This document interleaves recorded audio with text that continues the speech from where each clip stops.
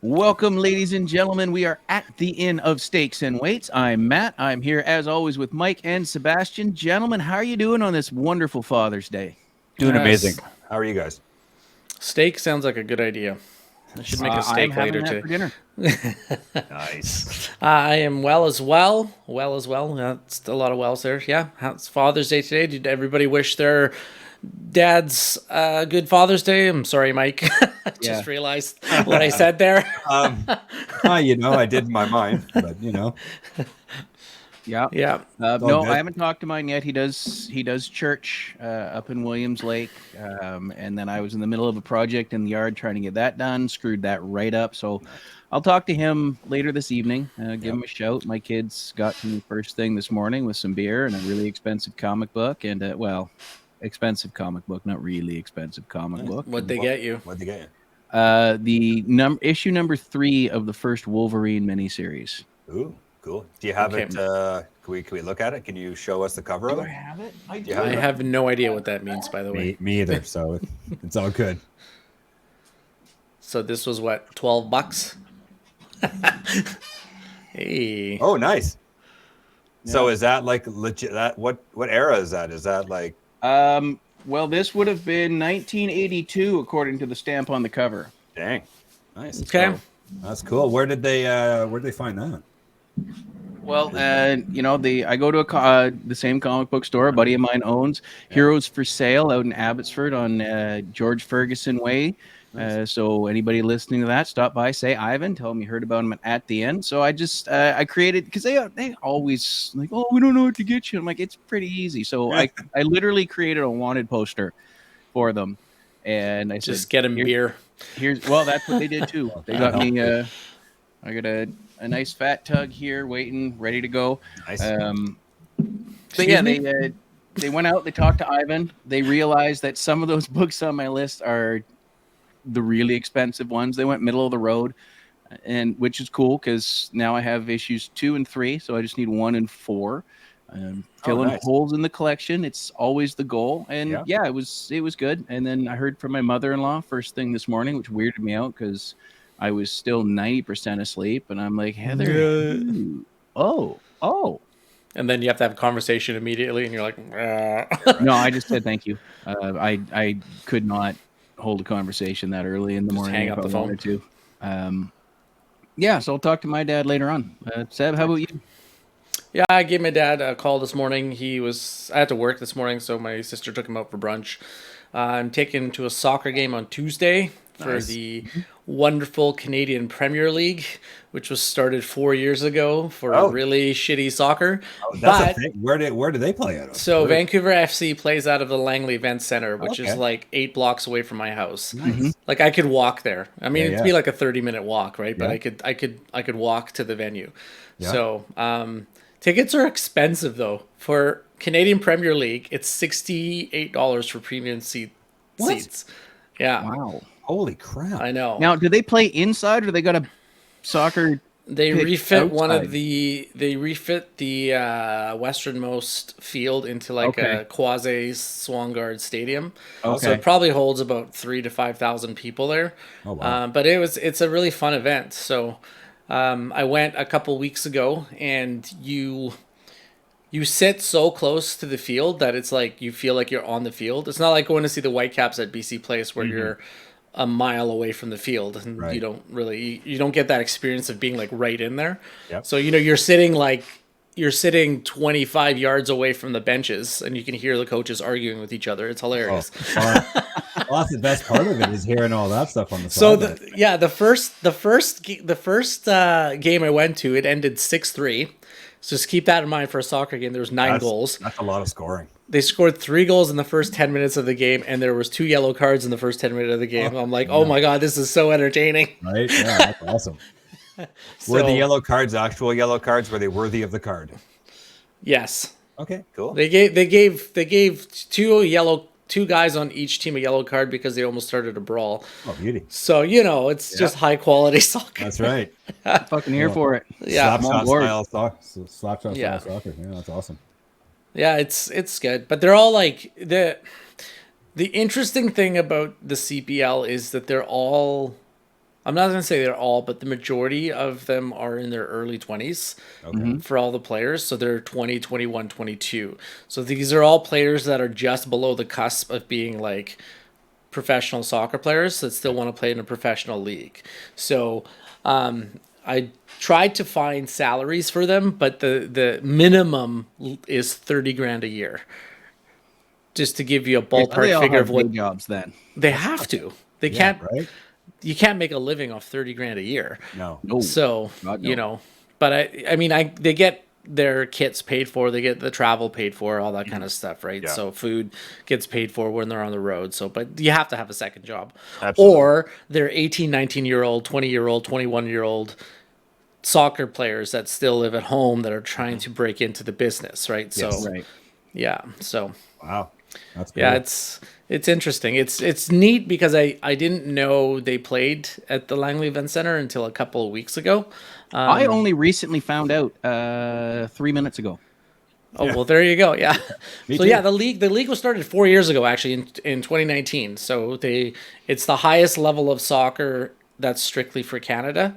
So there's the CPL, which covers the entire nation, and then I believe there's like a provincial league for each of the provinces. So there's a BC League and Alberta League, and then below that I think is the Pacific Coast League, and then the MLS is its own thing, which is North American, right? So, but yeah, it's fun. It was entertaining when I watched it. So, but I'm just flabbergasted at the ticket price.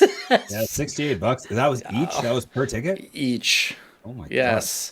Now, are they filling that 3,000 to 5,000 seat capacity at that rate?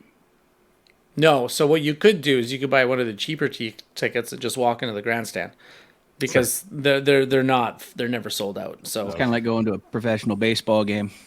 yeah, you get the cheapest ticket and then wander your way into the area you're not supposed to go into, right? So But until you get kicked out, right? yeah, until you get kicked out. So, but Absolutely. it's you move fun. over a section and down 2 rows. Yeah. No big deal. Then you do it again 20 minutes Do it later. again, and then do it there's again, no one yeah. down there. Let's just keep making our way down. Yeah, just Yeah, going but- for a hot dog and a beer, sir. I'll be back. But here's the thing, though. I would highly consider buying season tickets for this, because I think they're, depending on where you're sitting, between $500 and $800, Okay. and some concert tickets for one show is $500. So you could buy season tickets to the Vancouver FC soccer team, which is 8 blocks from my house, and go see like 12 games a year. Okay. Or whatever they play. So it's actually pretty affordable if you want to do the season ticket route. So Absolutely. yeah. Well, you Yeah, you love the game, so I think for Right, you, yeah. I think that would be absolutely an amazing thing to do. right? Yeah. You'd enjoy the hell out of every game. I don't love the game so much today, I'll tell you that much. Okay, well, and you know what? That's a great segue for our topic. Why don't you love the game today, We're, Seth? What happened? Well, hold on. Let's. We're all sitting. We're in our 5th decade. You know, we're firmly in the middle age. Although we had a minor disagreement on exactly what middle age was before we started recording. We're creeping up Seth, on middle age. How's that? you're- We're creeping. Your main fitness is through soccer. Soccer in the gym. So Soccer in the I do lift a lot of weights. But currently I'm more focused on playing soccer. So yeah, so those are the two aspects. I try to work out as much as possible in terms of lifting weights, and then do cardio to help me play at soccer. Well, and then soccer itself is a tremendous amount of cardio. Yeah. I mean that there is probably going to really help you with any goals you want to have as far as weight loss. Yeah. I would imagine cardio has always been a bit of a pain in my ass. It's a pain in a lot of people's asses, actually. It's amazing how many people you do talk to that go, I fucking hate cardio. man. Just boring, right? So boring, running stupid, riding your bike is boring, blah, blah, blah, right? Or treadmill or whatever. you have to make it exciting. So my advice to anyone that just wants to have fun with cardio is don't necessarily worry about hitting goals with cardio. Well, I mean, you want goals, right? Like you want to hit constantly be pushing yourself to do more and more and more and more. But I think the best for me anyways, and maybe other people can relate, is just switching up your cardio from time to time. So sometimes you don't want to run. So don't run. Go on a bike or go on elliptical or a stairmaster, or even Swim, walk or swim, hike, and whatever. Yeah. be okay with the fact that maybe today's cardio wasn't as good as yesterday's cardio or the week before. Just be okay with it. At least you're doing something as opposed to just not doing it. So Yeah. Well, my last, I can't run. I can't. I blew my knee out years ago and never had it properly well, you repaired. couldn't 30 years ago either. So just kidding. Ouch. Man, this is where we're going with Yeah, I this? wasn't fast, but at You least started didn't spicy, hurt. Mike, so I'm just keeping it going. Come on, man. Don't be You know blaming what? You know me. what? You're not wrong. I mean, I wasn't fast, but it like and now it's the pounding of the physical pounding my knee takes from carrying around 225 pounds now. On top of it, it swells It's a too lot. easy. Well, Yeah, so I mean, there's that. So when I do my cardio, and not to shit on it, see what I did there. It's I stick to a bike or the seated bike. Yeah. My actual favorite one years ago, and I haven't ever seen another place outside of Gold's Gym in Langley. It was a cardio machine that mimicked a skating motion. Oh, it's So The you really go arc, good. back it's into an the arc side. trainer. Yeah. Yes, Yeah. I loved that. I grew up skating. My dad was a professional hockey coach for many, many years, and it was a motion I found that I can get into it, and because my knee wasn't, my foot wasn't leaving the ground, wasn't leaving the machine.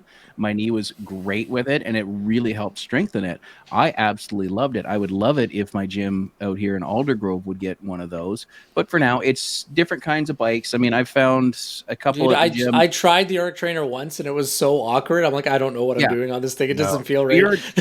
You're a running guy, though. Yeah, I right? know. Like you played. You started running and playing soccer. I started with skating, so that motion for me is just absolutely Natural. perfect. Yeah. Right? Does it hurt your knee, that motion, or is that good with your? No, it's perfect because gimpiness. there's no pounding on it. It's Nice. because my foot stays on the ground more or less, right? Yeah. It's not coming off, whereas I'm on the treadmill that's coming off. Mhm. The thing I like about my gym around the corner here in Aldergrove is their cardio, their bikes are like video games. There's a little, and it's not great Yeah. graphics, but like you can chase the coin and get the dragon. You can run away from animals, so that it's added that little flair to it. Now, generally, I would just throw it on whatever, as long as I can just keep going. And what I was doing is I would do cardio for the length of an episode of Ted Lasso. Nice. 30 minutes, 25 minutes, I guess. Yeah, 25 minutes, half Yeah. hour. And that's a good. That's a good Sometimes a amount. little more, sometimes a little less. Last season was like an hour-long episode apiece. So I'm not gonna lie to you, I have fallen off the gym path in the last couple of months. So I watched Ted Lasso sitting down for that hour. But Yeah, having something to distract your mind seems to be the key for it. If you're not doing it outdoors, if you're playing soccer, or if you're running cross country, and we're going to get to that in just a minute, you have things going on that your mind is occupied. I think cardio in the gym, the main It's problem hard. is you're It's really hard. staring at the same spot on the wall. Or there's a clock right in front of you, and you're like, Jesus Mhm. Christ. Like, you have to cover the clock on the screen, and you can't look at the clock on the wall because all you see is those seconds slow. It's You like, know what? It actually helps a lot to do cardio. I have a elliptical because I live in a condo, so we have a weight, like a small little, as you would expect, cardio room. But they have, or weight room, but they do have an elliptical in there with full TV. So I kind of strategically go do cardio when there's something on to watch. So like a baseball game or the hockey playoffs, which just ended, and I'll be like, okay, cool, I can go do it now and watch like a period and a half of hockey, and then at least you're engaged in something. Like you can turn off that part of your mind and just watch. Absolutely. But there is the flip side, which I think Mike can talk about a little bit, in the whole meditative state of cardio and running. Like when you run outdoors, I think the long distance runners, which Mike you yourself are, apparently it turns into a meditative state almost for it does. you. Does it not? Does. Yes. Yeah. I don't know. Like for me, like so yesterday, well, I'll start going back 11 years. So I wasn't very active in my 20s, and most of my 30s. Like the running for me has always it's been there, but Mhm. I kind of, life gets in the way. You're having fun and just whatever, right? You just don't even think about it. And then 11 years ago, I remember it vividly. I went down to visit my parents. Jolene, my daughter was a year, Cooper was 3, and my dad was still with us and still healthy. And I looked at him, and I looked at myself, and I was like, oh God, like he was at the time he was like 240 pounds. He wasn't a big man, but he was really like he had he was 9 months pregnant all the time, right? He had the big belly, and I'm like, fuck, I'm turning into that. And then I went home, bought a pair of shoes, and I started running. And then I was like, okay, cool. It's there. It was easy for me. I was like, oh, I can do this. And blah blah blah. Injury here, injury there, multiple every year. And so, yeah. Anyways, I've never really ran a terrible long distances. I just never been able to. And then so this year I signed up for a trail race. It's called Beat the Buzzer, and you get an hour to run 6.5K. And it's a nice trail course, lots of roots, lots of rocks. It makes you think. And for those crazy people because there was guys that wanted to do 36 laps, which would be 36 hours of straight running, which I'm not. Jesus. I'm not even close to that. But my goal was 6 laps, so it would have been 38K, and I made my 6, and I didn't make it the last lap. Rookie mistakes, right? You learn the cramping, the stomach cramps, what you're eating, what you're putting in your body. I still don't know anything about nutrition when you're extremely tired. I just never. Or how to fuel yourself for Right? extreme lengths of fitness, Yeah, right? and that's what Yeah. the race director told me after. She's like, "This is you need to learn. The only way you're going to learn this is trial and error with food and doing this again." And I crossed the finish line, all smiles. I was super happy. I was super proud of myself. And fuck, did my legs hurt, my lungs and my stomach. I've never had cramps like that in my life. Like, God, it was awful. But 10 minutes after I was done, I'm like, yeah, I'm going to do this again next year. And I think I'm actually going to train. But back to your point with the meditative state, yes, until you hit the wall, we've all hit the wall with physical activity, right? You hit that wall and you're like, fuck, I'm done, and blah, blah, blah. But until you hit that wall, man, like I had no headphones in, I had no music going the whole 6 hours I was out there, nothing. And my last lap, I literally walked most of it because I couldn't run. And I was just all by myself in the forest, just listening to the birds chirp and honestly trying not to throw up and pass out. Really, I was just trying to stay on my feet. But it was a hell of an experience, and I think I'm a better person for it today. Good for you. It was awesome. It was a lot of fun. And hats off to my wife. She was there. She was my pit crew and support and all that stuff. I was only 6 hours, and I have big goals now. I want to do longer ones.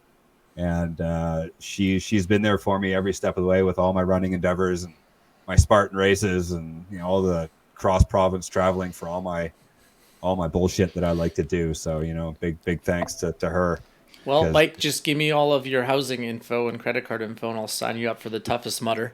God. It's a 24-hour race. I got his address. Don't worry about it. Yeah, Matt's got it all. Yeah, Matt's got it all. Shit like that. It is interesting. Like I don't know. Like there's some races down in Vancouver, trail races. There's know what? If you are actually interested in the toughest mutter, like in the future, let me know because I know a guy. He works in a separate. He bartends in another bar, but he does it every year. Really? So Is that the one in Vegas? This 24-hour one? It's usually in Vegas, but sometimes it's not in Vegas. Sometimes I think it was in Dallas one year. So he does it every year, and he has a ton of fun of it. And he learned a lot of mistakes the first year he did it. Oh, sure. Like he went into hypothermia. Oh wow, that's not cool, man. That is not Because you can't stop, right? So the second you stop, your body because you've been running for 20 hours, right? Yeah. So because it starts at like 9 in the morning, and the goal is that you just keep doing the circuit how many times you can in a 24-hour period. And then at some point he stopped, and his body started shivering uncontrollably. He couldn't stop shivering. Oh my god! Now, was that just the reaction to the physical exertion, or was it because his body chilled out? And it's Nevada, and a lot of people think it gets Nevada, super cold. It's cold. It is cold as balls, especially when you get up into the higher elevations, and it's at night. So my question there was, was that just a reaction to the extreme exertion, or had his body chilled out enough that, with combination of that and the fact that it had dropped Yeah, I think several it's dozen US degrees? yeah, I think it's more to do with the temperature drop and the physical exertion too, right? Like I think both have a factor in it. I'd have to ask him again.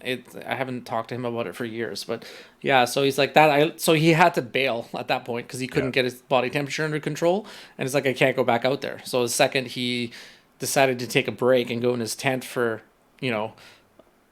whatever how long it was, he decided he just couldn't couldn't get his body temperature under control. Absolutely. So, yeah. So it's funny, like a lot of people think I'm crazy for liking doing this shit and wanting to be out there for 8, 10, 12, 14, 20 hours.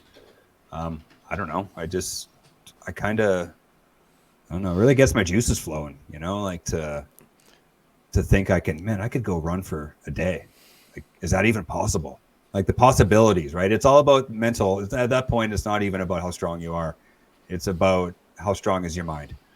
Because I gave up after 6 hours, and I'll guarantee you 90% of it was probably mental. Like it was like, okay, I'm tired, and now I'm manifesting all this pain on my legs and blah, blah, blah. I could have. Well, now hold on. I'm gonna throw you a little bit of an out here. One, you just recently got your shoes back on in the last. Yeah, it's been 3 months. Since I haven't. It's been September. Right? Yeah. And you had a long layoff. And two, you kind of fucked up your Achilles tendon a little bit about 3 weeks ago, a month ago? Well, about 3 weeks ago. Yeah. So, I mean, you're coming in out of practice. Yes, sir. Probably just getting back into shape, not quite in your peak shape that you were in. I'm not even close to peak, to be honest. Definitely have a condition, probably still nagging, at least mentally. You got to be concerned about that. So, I mean, to pull off 38K is still pretty impressive to me.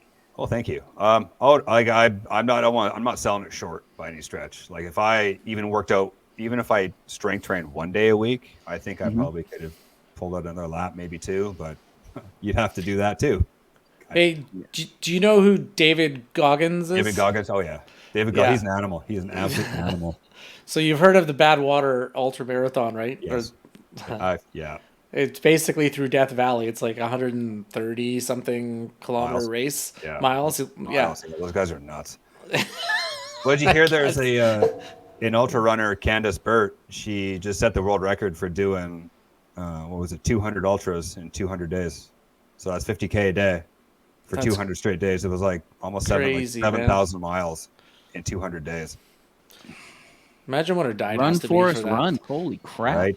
Yeah, right? Like there was pictures of like when she started and when she finished, and she's a slight frame as it was, and when she was done it was bone rack probably. Yeah, she was quite skinny, but man, that's some determination. And sure, they weren't fast. You're spending all day doing it, but still, like there's a race in Vancouver that I want to do. It's called Bucking Hell, and it's 50K. I see a nice place somewhere. No big deal. There. So it starts at Mount Seymour, and you go up at the top of Seymour, down to Deep Cove, and then back up the backside, and I guess all around Lynn Valley. It's like 8,000 feet of climbing and stuff, and it's. Jeez. Yeah, there's another one in Vancouver called. Oh God, I'm losing my mind. I've wanted to do it forever. Oh my God, I've just lost it. Fuck. Pardon me.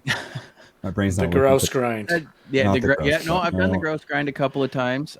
Sweet Jesus, what the hell is the it Coquitlam Crunch, which is the mini version of that. No. Oh, fuck. It'll come to me when we're done. I don't know. At some point in the middle of the night when you get up to pee, you'll realize it, and that's more of a memory thing. Now, but that one starts in Horseshoe Bay and it goes to Deep Cove. Okay. All the way across and like up and down Grouse and Cypress and up Seymour and down Seymour. Yeah, so you go up sort of the back end and north and west van there. Interesting. Yeah. Never mind. It doesn't matter. It'll come to you, Mike. I can't believe in the middle of the night, and you'll text us. No, you didn't do Tough Mudders, Mike. You did Spartan races. I was a Spartan. I was a Spartan guy. Yeah. And how many of those did you do? Isn't that a tougher scenario? Like, what's the difference? I think Spartan, there's different distances. So there was like the 5, 12, 24, and 48K. And I think the Mutter was just the one distance. Is it pretty much the same thing? It's different companies that do it. Yeah, it's like It's I think basically obstacle course. Spartan ended up buying Tough Mudder. Okay. Like when the craze was huge, when everybody, not everybody, but when, like obstacle course racing was It started. kind of Tough Mudder kind of became a fad, right? So Well, like a lot of people, Absolutely. yeah. So a lot of people did it just to say they were in it, but they never took the race seriously. Like they No. would walk most of the Yes. event and Yeah. laugh So- and yeah, so- socialize. And then everybody gets the medal. Like it's kind Yeah. of like, okay, well, I just did it in say X time, and then Buddy over here hasn't gotten off the couch in 3 years, and Oh man, did that's a hot debate. The whole participation medal scenario. oh my God, it's like I yeah, right. And Here's your medal. like Thanks for showing like, up. You thanks. Like, so to answer your question, man, I think I did 14. I think. Okay. Like I started with a 25K. That was the first time I'd ever done anything that type of distance. It was up at Sun Peaks here, and I'd never ran further than 10K before this. And I learned what suffering was, and it really opened up my mind to, because I wasn't prepared. Like 12K in, I was on the ground crying. I was so done. And then my buddy I was running with, he's like, what the hell? Are you okay? And I'm like, no, I need to go home. And I just picked up my socks and kept going, and I ended up finishing like a champ, and I did 7 more the next year. And it just, I don't know, it just, something really got me about That drill sergeant voice in the back of your head, get up, pussy. Absolutely. There is that. And then I would use, when I got tired, I would use other people around me for inspiration. If someone was a different body size than me, someone carrying around, say, an extra 100 pounds that I didn't have, well, that guy's right behind you. So pick up your socks. You can do this too. Yeah. And blah, blah, blah, right? And then that's when I was working out like a maniac and blah, blah, blah. But I really enjoyed getting, like, I got some top 10s and some 25K ones and Nice. stuff like that. It was pretty fun. Like it was fun to see how far I could push myself. And then sort of the end was about 2017 was my second to last year. And I dislocated my ankle in Red Deer in front of my wife and kids. And that the horrified look on my wife's face was just like, oh God.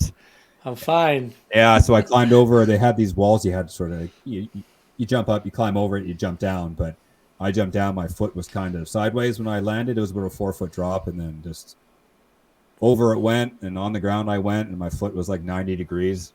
And I'm like, and they're like the little volunteers, like, sir, are you okay? and I'm like, I'm like, yeah, why? She's like, look at your foot. And I'm like, holy shit. I didn't even realize. I was just the adrenaline was just pumping. But then I sort of slammed it back in and kept going. And that actually was about a 2-year sort of injury that did not really want to heal. Yeah, those ankle You know what though? ligament injuries. That is some ballsy shit right there. I That's had some old time hockey shit right there. It's Right? only one bone sticking out of my shin. I got another. I'm fine. I'm like, I need to finish this race. I'm going to finish it faster than I did last year. So I'm going to go, and I hobbled the last like 4 obstacles. I had to jump over a fire pit too. And I wonder if I have a picture of me jumping. I'll keep talking while I look. Yeah, for let's talk about what? hockey for a second. And did you realize that Matthew Tkachuk played with a broken shoulder in Game 4? Yeah, it was crazy. Was it a sternum or a shoulder? Sternum, sorry. Yeah. Oh my God, that is nuts, right? Like He broke it in Game 3, and I knew exactly when it happened because he saw the hit and you saw him slouching and skated immediately over. Yeah, and then he comes back in Game 3 and scores the tying goal in 40 seconds left, and they end up winning Game 3. And then he played Game 4 with a broken sternum, and then that's insane, man. And that's why the Stanley Cup is Yeah. the hardest trophy to win Yeah. in professional sports. well, when Boston won in 2011, I think it was 2011. Yeah. Well, they won in 2011, but I'm not sure if this was the year. But Patrice Bergeron had a punctured lung Oh my God, in the really? final. Yeah, he played in one of man. the finals with a punctured lung. No way. Oh my And gosh. they also, whether it was because they won 2 in the last 10 or 12 years, but Boston just beats the piss out of the opposing team. Yes. They just absolutely crunch them. It is not a European style game for them. No. If you get on the ice, it's your ass. So to hang in there with them, you're getting the shit kicked out of you. Period. Yep, absolutely. Right? So And that translates to, sure, they're beating the crap out of you, but every time they hit, they're taking an impact too. And then the opposing teams are coming back going, well, we got to fire back. So yeah, you get punctured lungs, you get broken fingers, you get broken knees, you get blown out, you get bumps, you get bruises, you get cuts, you lose teeth, right? Yep. It is not a game that they play that is safe by any stretch of the imaginations. And when they pad these guys up, all you're really doing is adding weight and a plastic shell to a 200 plus pound individual that is going 40 or 50 miles an hour full tilt to smash you into the boards. Oh, absolutely, right? So it is all it's all just added weight to it. You take that shoulder because your head's down right in the face, and that's not just this guy's shoulder coming across the ice to remind you to keep your head up. That's the padding, that's the shoulder, and that's the steel, the plastic shell right in your bean. You're done. Yep. Yeah, for sure. How do we feel about Vegas winning the cup? Couldn't care less. Didn't know it happened until yesterday. Oh my god. I think it's kind of cool. You know, they're sacrilege. I hate it. They're a damn good team. I hate it. It's everything. Why? Because they've been in the league for 5 minutes. So they won their first year. No, they didn't. Yeah, they did. No, they didn't. didn't. Win the cup. Washington won it. They got swept. They were in the finals though. They were in the final. Yeah, they manipulated the expansion draft to get themselves a good team, but there's only 6 players left off of that team.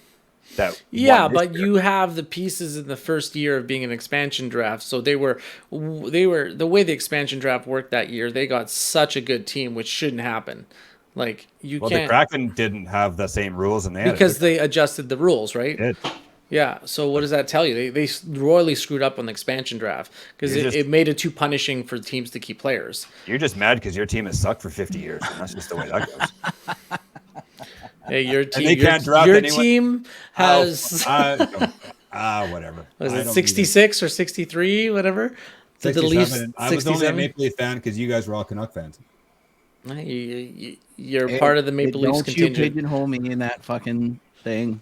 Not you. I was a big Pittsburgh fan because I just loved what they had put together, and I loved watching Mario and Yager together. They were amazing to watch. It was a fun team to watch, and when that team sort of dissolved, I was at whatever. I'm good. You know, Detroit was fun to watch for a while. Colorado was fun to watch for a while, but that was really the last team I really went all in on, and that was just because I loved watching Mario. I just loved. Yeah, he's a Mario special play. player. It was effortless. Right? With him, right? Arguably the second greatest player of all time in the NHL. Oh, Career way too short. You know what? I think we got an episode on sports coming up, so we can get more into this a little bit down the road. So Mike's going to look up that picture for us. I can't find it. But so you did a bunch. You had some heart. You put it back in. Put your ankle back into place. You glued it back on like Astar the robot from the safety commercials when we were kids, and you kept going. That's a lot of heart. Now I didn't do a lot of sports, but I did fall into a gym routine and I've fallen in and out of it over the years. Since the early 2000s, I started going. A buddy of mine that was a football player and an MMA fighter took me to the gym a couple times, showed me the ropes. Nice. And it was weird for me because he's got like 80 pounds on me.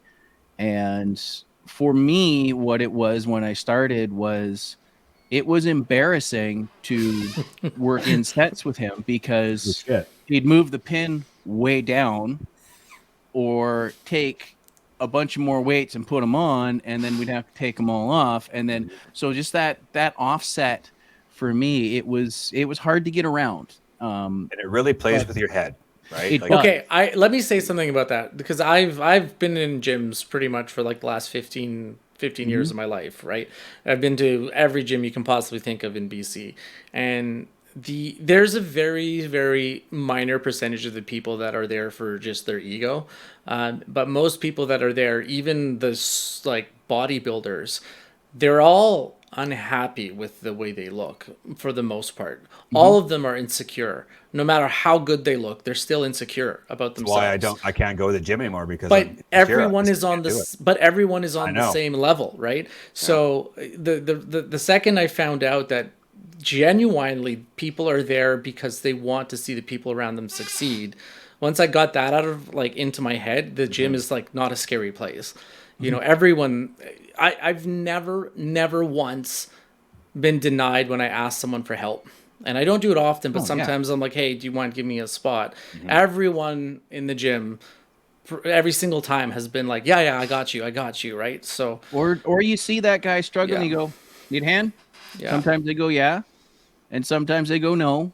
Yeah.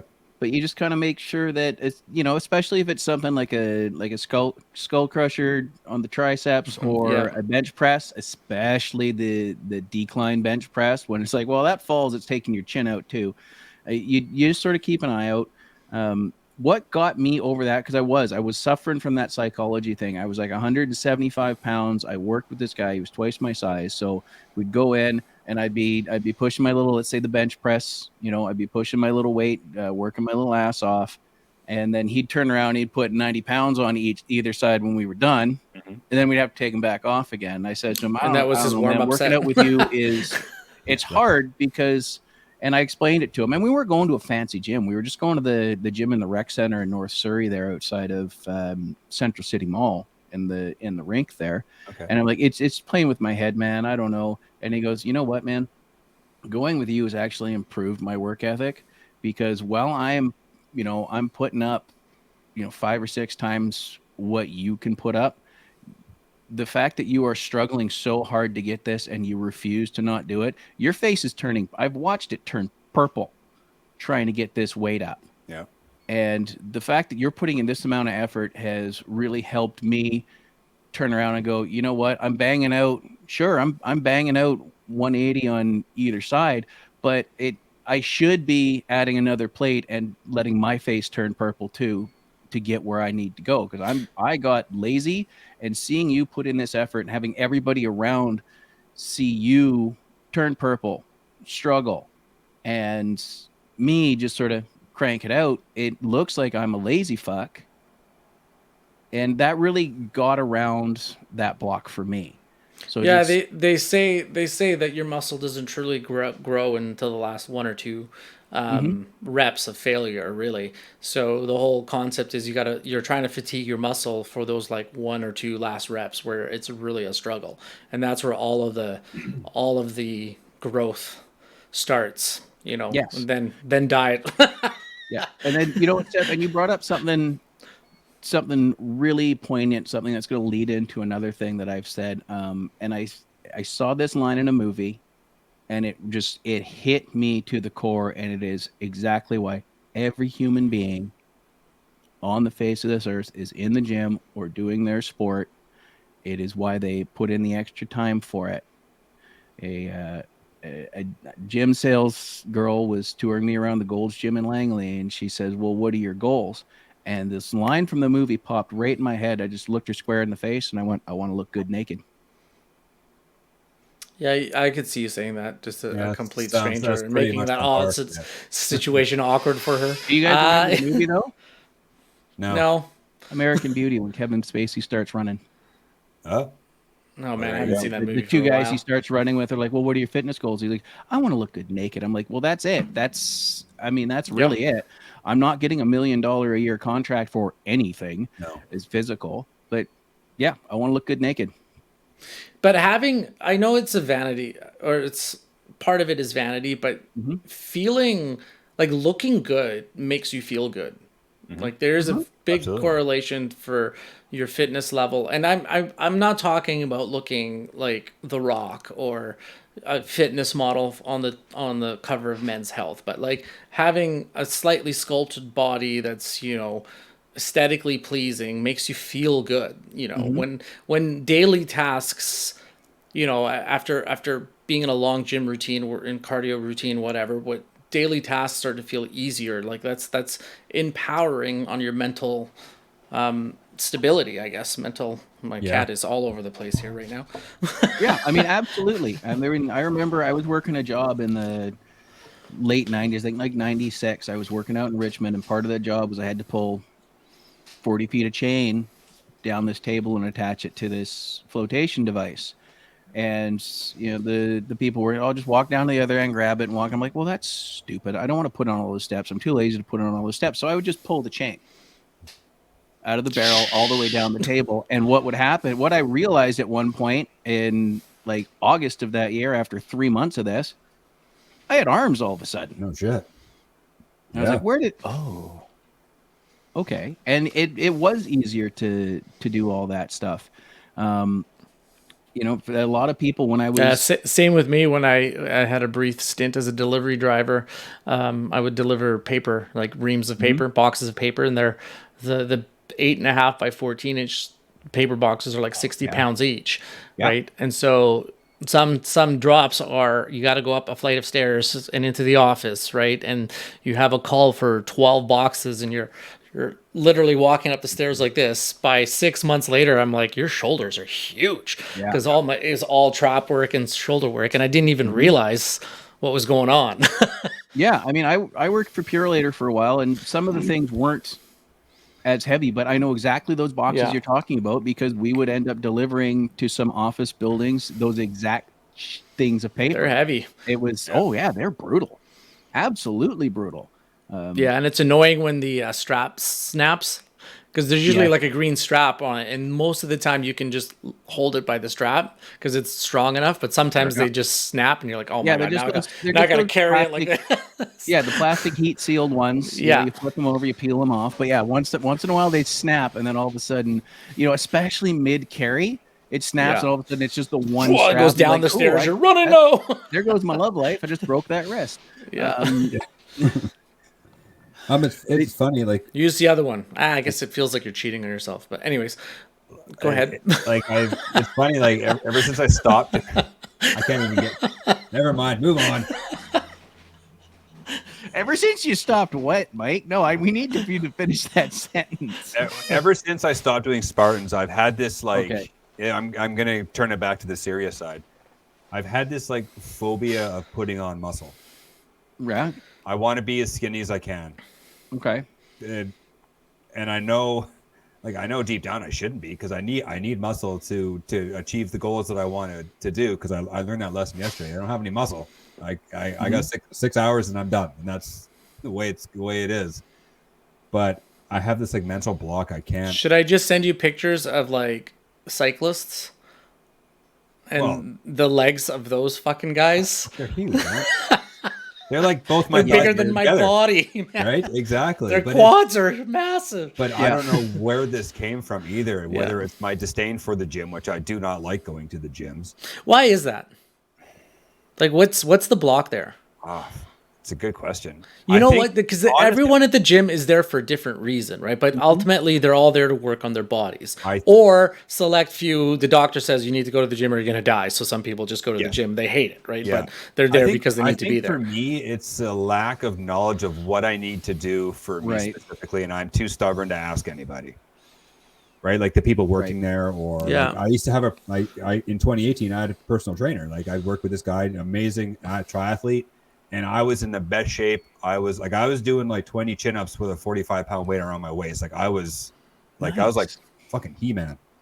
And because I don't know, most of the this is going to be a hot take, but I just think that most of the personal trainers that work specifically out of gyms in general, they don't know that much anyways. And I think, like, for me, because I'm a runner, I don't want to get big. I'd like to be lean. I want some muscle, but I don't want to have, a giant big chest and arms and all that extra weight to carry around. And I'm like, I'm sort of in this loop of like, okay, you lift too much weight, you're going to get big, and then you're going to get tired faster. Blah, fucking blah. And it's just like, the CD's on repeat. And it just goes Learn to ask questions, Mike. I got to ask questions, right? Learn to ask questions. Yeah, I mean, it's easier said than done, obviously, right? Yeah. But I mean, I know a lot of my running friends what do I would CrossFit. recommend is, if you don't want to put on the weight, tone the muscle, which is more reps and less sets. Yeah. Lightweight, Right. more reps, right? I mean, I started with working out with my buddy who clearly had some idea what he's doing. And then when I did start going to golds, I ended up going to golds. I could go for like 3 hours a day. Mhm. I'd go in and do my warm up. I'd do my weight circuit. If I had nothing better to do, I might do a second.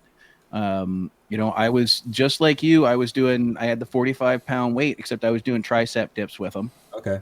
I love a tricep workout. I love a chest workout. I love a back workout. Hate a leg workout, but that's just because my knees fucked. Yeah, that's the thing. And then some days I'd sit in the sauna, right? And I could be there for hours and be like, well,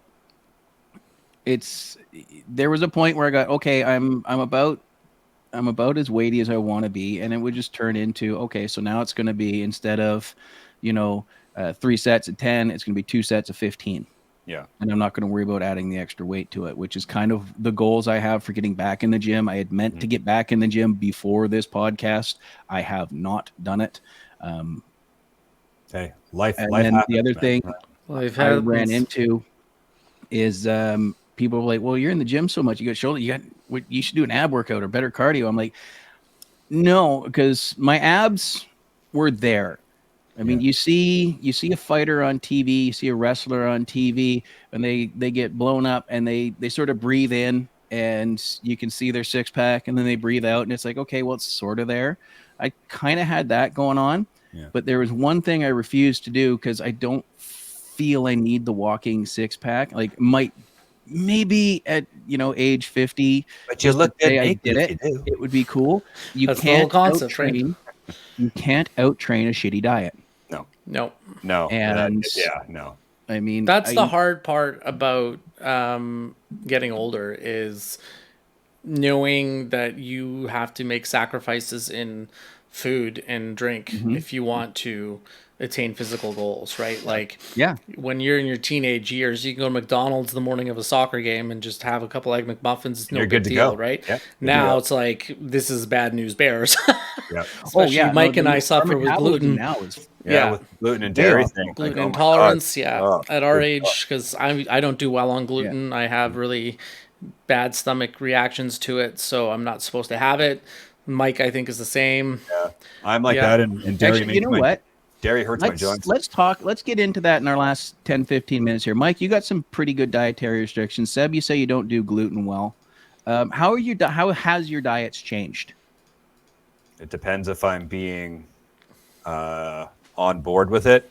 The last 2 weeks for me have been, which was stupid considering what I did yesterday. It's been an off 2 weeks for me as well, too, Mike. Don't worry. Fuck, like I had pizza Thursday night, and then of course I'm taking Gravol before I go to bed. I woke up Friday, I'm all sore again, and I'm like, even the wife's like, "Why do you keep doing this to yourself?"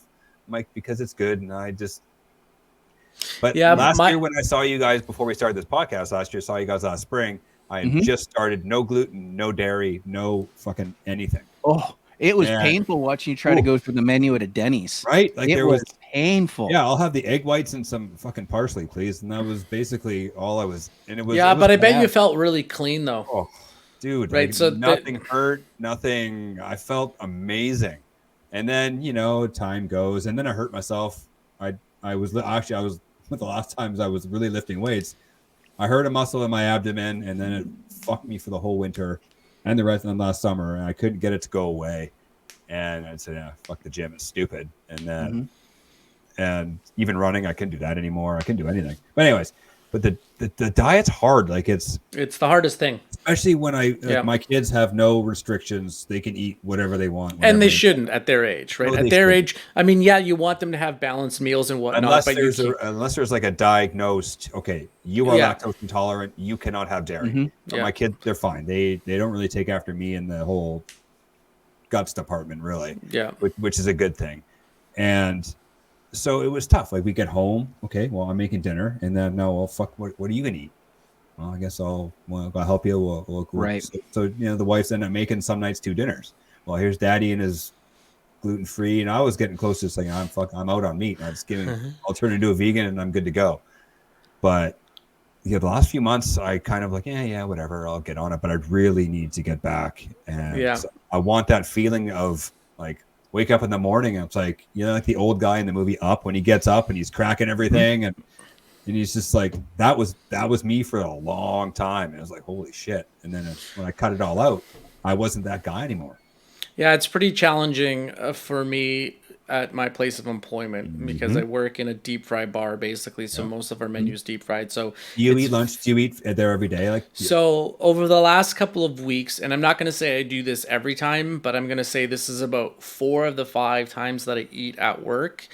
I restrict myself just to chicken breast and vegetables. Yeah. So they flat iron fry in like palm oil, which isn't the healthiest, but it's not fattening either. And then they steam vegetables for me. Nice. So they don't use any butter for the vegetables or for the chicken. And so I'll have that about 4 of the 5 days that I work there. So, and then I allow myself to have like one day where it's pretty, well, I can kind of have a steak with mashed potatoes or whatever, right? But it's helped. I've had a shitty diet the last like 2 or 3 days, so we won't talk about that. But yeah, but funny mostly, how it comes in waves, right? Like you're doing so good, then all of a sudden, I'm gonna have that burger or that pizza, and then. But I think it's okay. I think as long as you don't like totally cut yourself down about it and feel like a piece of shit and feel super guilty about it.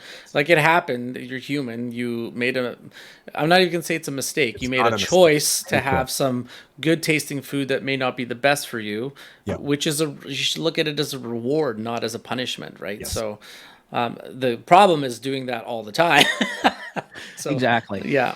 I saw a cartoon the other day in my scrollings. It was the brain and the stomach and the tongue. And the brain and the stomach are like, no, we're not going to eat this. No, we're not going to eat that. And the tongue's like, the fuck we aren't. That's right.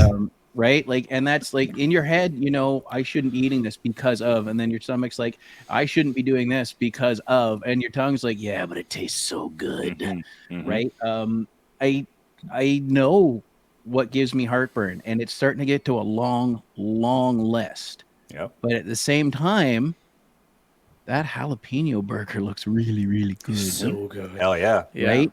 And granted, eat too many jalapenos and you have another body part that's really upset with you for doing it. And then the other thing, the big problem I have, the one that gets me every time, are these. Beer, yeah. See, I've been lucky to fall off beer. Like I don't enjoy beer anymore. No. Like I'll have maybe 1 pint of beer and then I'm like, I'm good. I don't need it anymore. I'd rather have like a vodka soda or something. So I mean, and we've done that around here where we were experimenting with stomach things, and I was on vodka for quite a while, and it was great. But I mean, the summertime comes around, and it's just it's convenient, delicious to have. Yeah. Now, most of the time, I drink the diet beer. I have the Coors Light. It is what it is, but I'm struggling with trying not to become a fat piece of crap. And the only reason I have this big old craft beer right now is because my kids gave it to me for Father's Day. Yeah, it's a day that you're supposed to drink that, though. Relax. You're good. Yeah, well, exactly. And I'm going to go and cook some steaks in a little while, too, right? It's just... I'll be right over. As far as that diet goes, and it really rings true with what Mike said, is I got 4 kids and a wife, and I am a picky son of a bitch to cook for. You give me onions and everybody in the room is going to regret it in about 45 minutes. Hate pickles. A little fun fact in my race yesterday, they had like theme laps, and I think lap 7 was a jalapeno lap. So you had to eat this gigantic jalapeno before you went out and did your 6.5 after you've been running for 6 hours. That's crazy. Well, that does it make you run faster? I don't know. I didn't eat it. I didn't get that far. So. Is that why? Did you have to stop and use a tree? Well, that's funny. He dug a little mini latrine out of the dirt. Dug a little hole. No, I made sure. Like I know with me, like me and Seb have had this conversation offline about. Seb asked me the question: "You ever shit yourself when you run?" I did ask him that. Well, now I need to know. And the answer is no, almost a couple of times. I still think he's lying. No, I'm not lying. But you make sure you go before, obviously, and when you get out there for a while, you're gonna have to go again. So you just either you have toilet paper in your backpack, which I'm not that smart, or you just go in the bush and hope for the best, or you wait for the outhouse. So yesterday I waited for the outhouse, and then I didn't go to the bathroom again for 4 hours. Okay. And then when I peed, it was just like I was out in the course by myself, and I'm like, oh, I'm just gonna fucking pee. I don't In- care because everybody else was doing it anyway, so I might as well join the fun. And look, I'm peeing, and I'm like, oh, that's not cool, man. So I'm like, carry on. Just I didn't see that. It was the most gnarly. It's a disgusting story, but the most gnarly urine I have ever seen in my life. was it like one of those Well, you're like a completely verbal hint dehydrated thing too, going right? back to Yeah. Usual Suspects, a little Kevin Spacey line? Is like one time I was so dehydrated my piss came out like snot. That's Well, it wasn't disgusting. it wasn't snot, but there was another. You like obviously you know what your body produces, Uh-huh. right? And it Yeah. was like that's not normal urine, man. That is thick. It's like, The damn. moral of this podcast: Okay, drink more fair water. enough. But the funny thing is, Yeah. I was probably 3-4 liters deep. Like I was drinking a ton in between laps, and and in lap 5, I stopped sweating, and I'm like, oh, and I couldn't ingest anymore. I'm like, I'm too full. I feel like I'm gonna throw up and whatever. But yeah, they Wow. had theme laps every lap. It was pretty fun. There was a jalapeno lap. There was another one you had to. They had a rubber dinghy in the middle of Stake Lake, and you just sort of had to waddle your way out there, and there's a prize in there. You get back, and then you got to finish your lap, stuff like that. But I didn't partake. Interesting. Yeah, it's a fun time. It's a lot of fun if you like running. It's pretty cool if you like running. Well, it's not that I don't like running. I physically can't do it. I've seen my knee swell up like a soccer ball before. That course It ain't would fun. probably killed your knee anyway, just because a lot of it was there was roots everywhere. Yeah. Really, And oh no, and I know, and you're out probably somewhere in the outskirts of Kamloops doing that, yeah. Lac Lejeune, up at Stake Lake. Yeah. So it's I mean, beautiful course, absolutely beautiful. It was fun. It was a lot of cross country ski trails too. So it was kind of a mix of like single track and wide trails for everybody. And yeah, awesome. didn't No, see any- I'm glad you enjoyed it. I'm glad you got back into it. I do have one more quick story, but I'm going to save that. Okay. I think we can dig back deep into this. I think maybe why don't we come back and get into this in the fall when we start going back live. So We'll anybody that update has ourselves on our gym journeys. Yeah, Yeah, maybe I'll actually go to the gym. I'm going to get back into it. I know we're super busy. Mike, you got a lot of athletics to get to. And anybody that is personal friends with Mike's wife on Facebook, she basically live tweeted his runs, and I could not help but comment on a few of those. So I would like to congratulate her on doing 19 kilometers worth of running yesterday as well, because everything Mike owns, she gets half. That's right. She gets half. Nice, No, nice. I can't thank her. I can't thank her enough though. It was just because I begged her to come because we were up at 5:30. The race started at 8, so it was an early start, and she didn't have to. Like I told her, I said, you don't have to come, but I would really appreciate you being here with me because usually you gaslighted her. Nice. Yeah. Well, so it's usually like when I you gaslighted her like CM Punk gaslighted the fans on Collision last night. Remember last week you said you were going to come, but it's fine if you don't want to come. If you don't, I never said I was going to come. But because usually when I get super tired, I get emotional, and I usually like cry and shit, and I've done it in the past, and I was like, oh, I'm full on going to cry and have a real hissy fit, and I didn't. I was like, oh, good weird. For you. Yeah, I mean, that's I kept the tears at bay, so I wasn't even upset. The emotions come in. You didn't, and young Padawan. Seb got himself a goal the other day, and my comment to him was, "Did you die?"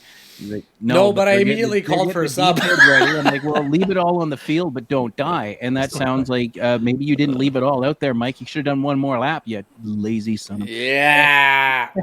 next year, done nothing athletic for months. Next year, buddy. Next year, I'll try. Yeah, I'm gonna sign Matt up as well, so he's gonna race in tandem with you. Well, hey, you know what? You can do this in teams. You know what? Let's. I can give you one lap. I can give you one lap. Let's check back in the fall. At my current state. You know what? Maybe we can do something. Maybe we can find some sort of charity and collect donations from our viewers if we go out and punish ourselves doing this. Maybe we can. I'm not committing to it. I'm just saying this is something worth looking into. And just to end it on the most disgusting possible note. So Mike being asked if he's ever pooped himself during a race. So I have a buddy that is a professional wrestler. Oh, he pooped himself. He is world famous. Ooh, world famous. Is it Andre the Giant? Day, I try not to. I haven't talked to him one-on-one in quite a while. But one day we were going back and forth. And I'm like, you know what, man, I don't want to ask you stuff like this, and I don't want to get into your job because I mean you're a buddy of mine, and I don't want to sound like that fucking loser guy. fan that needs to fucking know guy. everything. Yep. I just got one question that's always bothered me. What is your protocol, or just the general accepted protocol of guys the day of the match, as far as getting through their day and getting enough to eat and drink and everything, and not taking a bump, getting slammed into something, getting dropped on the mat, landing on the mat? Because there are stories, guys have shit themselves in the ring doing that. Yep. I can There is imagine a it. Absolutely. famous story of something got knocked out of Tommy Dreamer one time that was about the size of a ping pong ball and smelled like an entire sewage plant. There is a story told by The Undertaker where he slammed Psycho Sid in the main event of WrestleMania 13 and Sid shit himself. Ric Flair famously had to throw out a pair of light blue tights because it got caught on camera because he took a bump and shit himself. And There's so the infamous Andre the Giant story different. too. Yeah, well, Where Andre would just fart on dudes, and sometimes you just can't It trust just fart. yeah. And 'Cause he was Jake usually Roberts drunk. took one of those in the face. Gross. He sharted in Jake Roberts' face. This is But going that's off the different. rails. That's not, landing for something that you accept and you take on a regular basis, and then having your body go, that Well, timing, bro. Or it's like Um, the day you have so- like you got the shits that day. It's like, like Yeah. fate I mean, stayed in. and my buddy explained it to me, and I'm like, I've always wondered about this. Well, it depends on the guy, it depends on what you're doing, because I'm not a big body guy, but a guy built like a Wardlow or a Psycho Sid or a Scott Steiner that is eating a lot and is taking the protein stuff, he's going to have different protocol going into the ring about when you have to know your body doing, you have to know what you can and can't eat.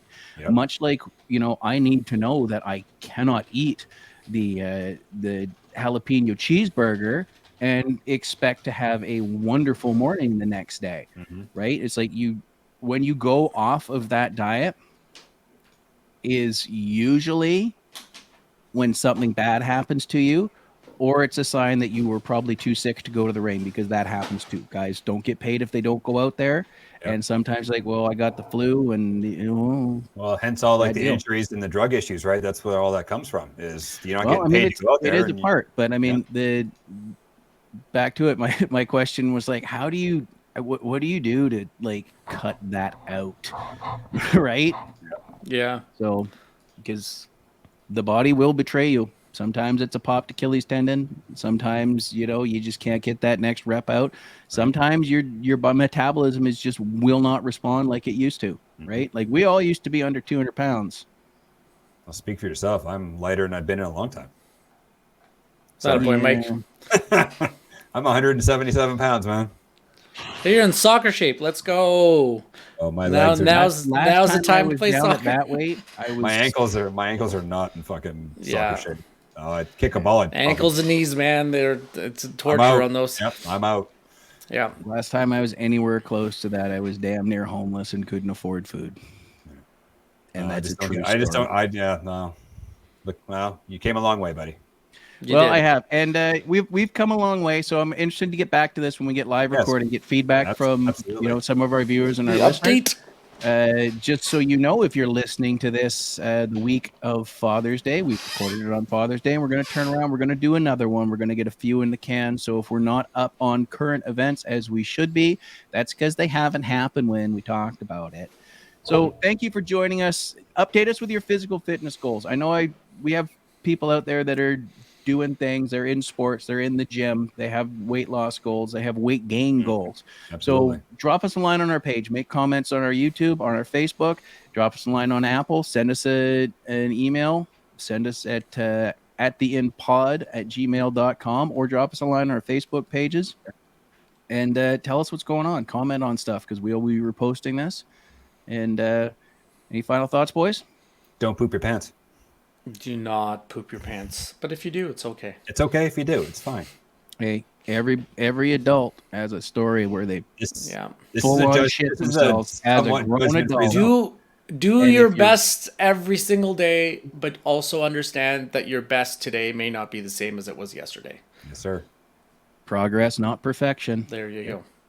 And we'll catch Okay. you all down the road at the end.